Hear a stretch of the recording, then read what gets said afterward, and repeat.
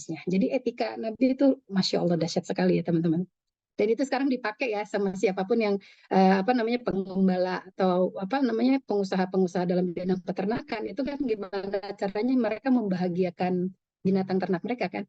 Kalau sapi nanti susunya jadi bagus, dagingnya jadi bagus ya, didengarkan musik dan seterusnya. Itu sudah dilakukan Rasulullah dalam membuat suasana atau emosi dari binatang yang dipelihara itu bahagia. Nah, makanya teman-teman kita hubungkan dengan tadi hak asasi alam ya yang sudah kita ambil dari hadis Rasulullah, jelas-jelas ya Rasulullah menggunakan kata-kata hak ya. Bahkan dalam Al-Quran juga ada ya, Allah menciptakan alam raya ini dengan hak ya. Dengan hak itu artinya Allah menciptakan alam raya dengan hak itu artinya adalah menciptakan sesuatu itu dengan benar, dengan tepat dan bermanfaat. Tidak ada yang Allah ciptakan tidak benar, tepat, dan manfaat. Tidak ada. Semuanya benar, tepat, dan manfaat. Nah, fungsi kita sebagai khalifah, bagaimana kita menjaga sesuatu yang Allah ciptakan dengan benar, tepat, dan manfaat. Itulah haknya alam.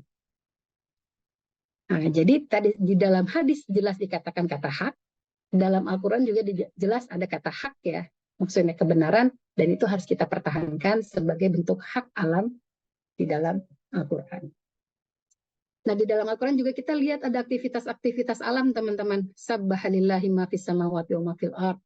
Yasjudu lahu ma fis. Nah, pokoknya banyak banget deh ayat-ayat Al-Quran yang menjelaskan tentang aktivitas alam, teman-teman.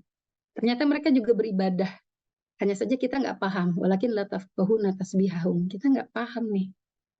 Kita nggak paham bagaimana caranya alam beribadah. Meskipun sekarang sudah mulai banyak riset ya. Ada yang merekam suara daun ya. Suaranya seperti zzz, itu kayak kita lagi berzikir ya teman-teman ya. Ada yang sudah melakukan riset tentang itu. Ya, pelan-pelan mulai terkuak bagaimana cara alam raya bertasbih. Tapi kalau kita baca tafsirnya Pak Quraisy, teman-teman, bertasbihnya alam raya itu seperti gini teman-teman. Yaitu tadi mereka tunduk dengan ketentuan Allah. Itu adalah bentuk ibadah mereka kepada Allah dalam proses tashir itu.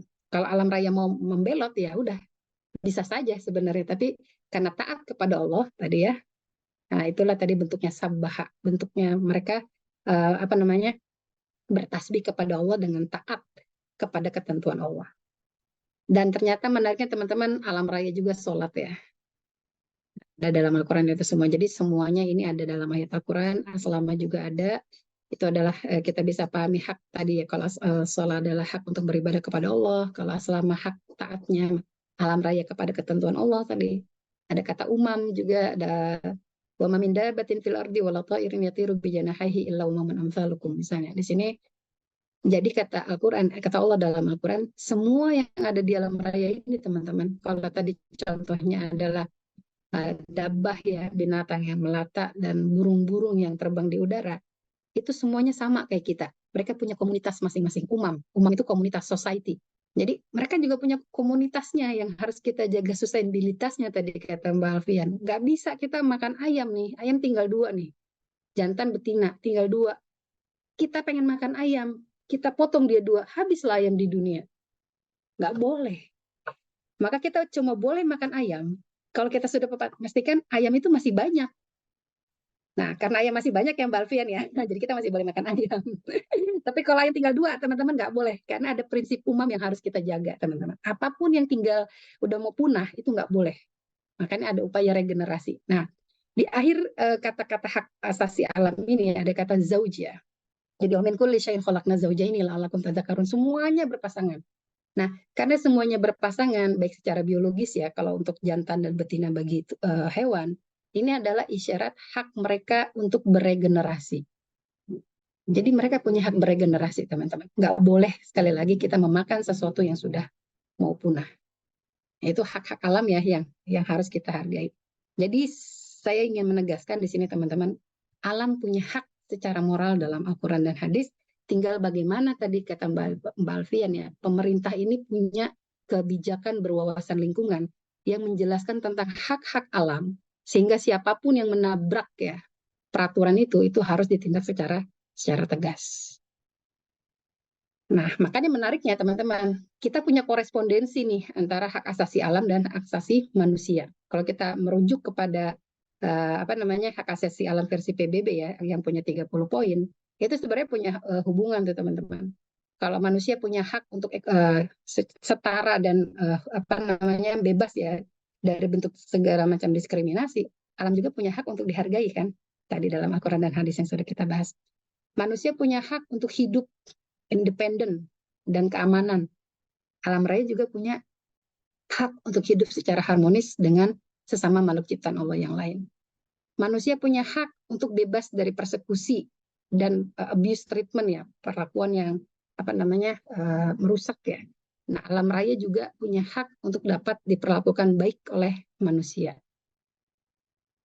Manusia punya hak di mata hukum dan keadilan. Alam raya juga punya hak untuk bisa diperlakukan secara baik ya oleh semua makhluk ciptaan Allah. Manusia punya hak untuk memilih agama kan? Nggak boleh kita memaksakan orang untuk menentukan agama. Alam raya juga punya hak untuk beribadah kepada Allah Subhanahu wa Ta'ala.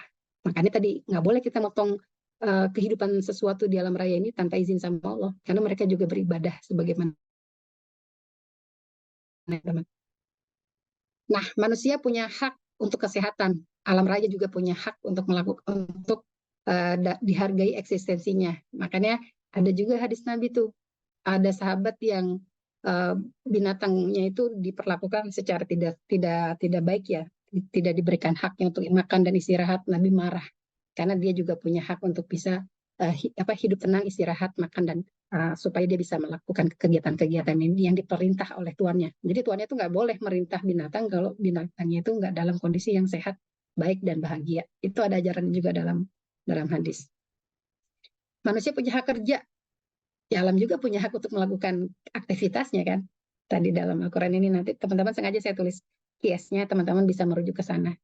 Manusia punya hak untuk mendapatkan pendidikan. Nah, alam raya juga punya hak untuk mendapatkan hidayah dari Allah ya.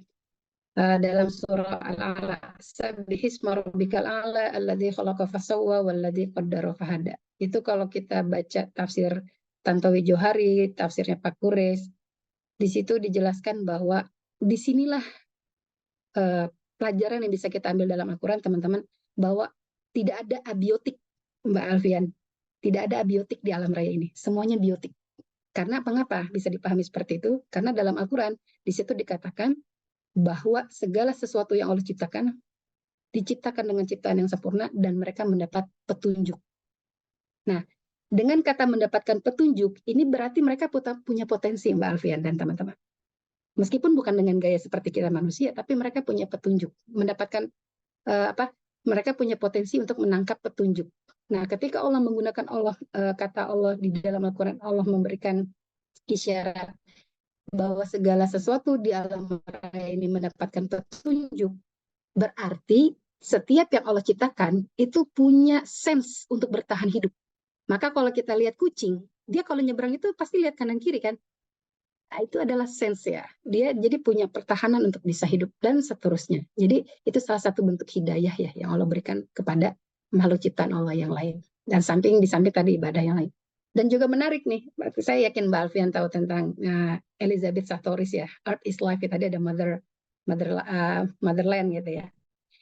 Elizabeth Sartoris, terus dia mengutip pendapatnya Humberto Maturana, Francisca Morella yang bilang kita harus meredefinisi makna hidup. Hidup, sesuatu yang dikatakan hidup itu bukan hanya sesuatu yang tumbuh bergerak bergenerasi. Kata Humberto Maturana sama Francisca Morella, sesuatu yang bisa dikatakan hidup adalah sesuatu yang punya aktivitas dan kita merasakan efek dari aktivitas tersebut. Matahari nggak bisa kita bilang abiotik karena tanpa matahari kita nggak bisa hidup. Air nggak bisa kita bilang benda mati, nggak ada air kita mati teman-teman. Tanah nggak bisa dibilang benda mati. Ya di situ kan tumbuhnya segala macam tumbuhan. Itu dengan logika. Jadi dia memang nggak kelihatan bergerak, tapi dia punya fungsi, punya aktivitas yang membuat apa yang ditempel atau melekat pada dirinya itu punya efek kepada makhluk hidup yang lain. Contoh nih, cincin saya matanya biru nih. Sebelum biru, dia hijau. Sebelum hijau, dia kuning. Sebelum kuning, dia putih. maka ada aktivitas meskipun terkesan dia statis. Kalau dalam pelajaran tasawuf, waktu dulu saya belajar sama Pak Mulyadi Kartanegara, itu kita sebut dengan kearifan Allah, Mbak Alfian, kalau dalam tasawuf. Jadi kearifan Allah adalah Allah menciptakan alam raya ini nggak semuanya dinamis. Karena kalau semua dinamis, hancur kita. Kita nggak bisa bayangin kalau lagi hujan turun, batu lari-lari, teman-teman. Maka Allah ciptakan batu, dia menjadi sesuatu yang besar, tapi dia tetap, apapun yang terjadi, batu diem aja. Karena kalau batu bergerak seperti binatang, habis kita. Begitu kata beliau ketika menjelaskan. Jadi itu bentuk kearifan Allah.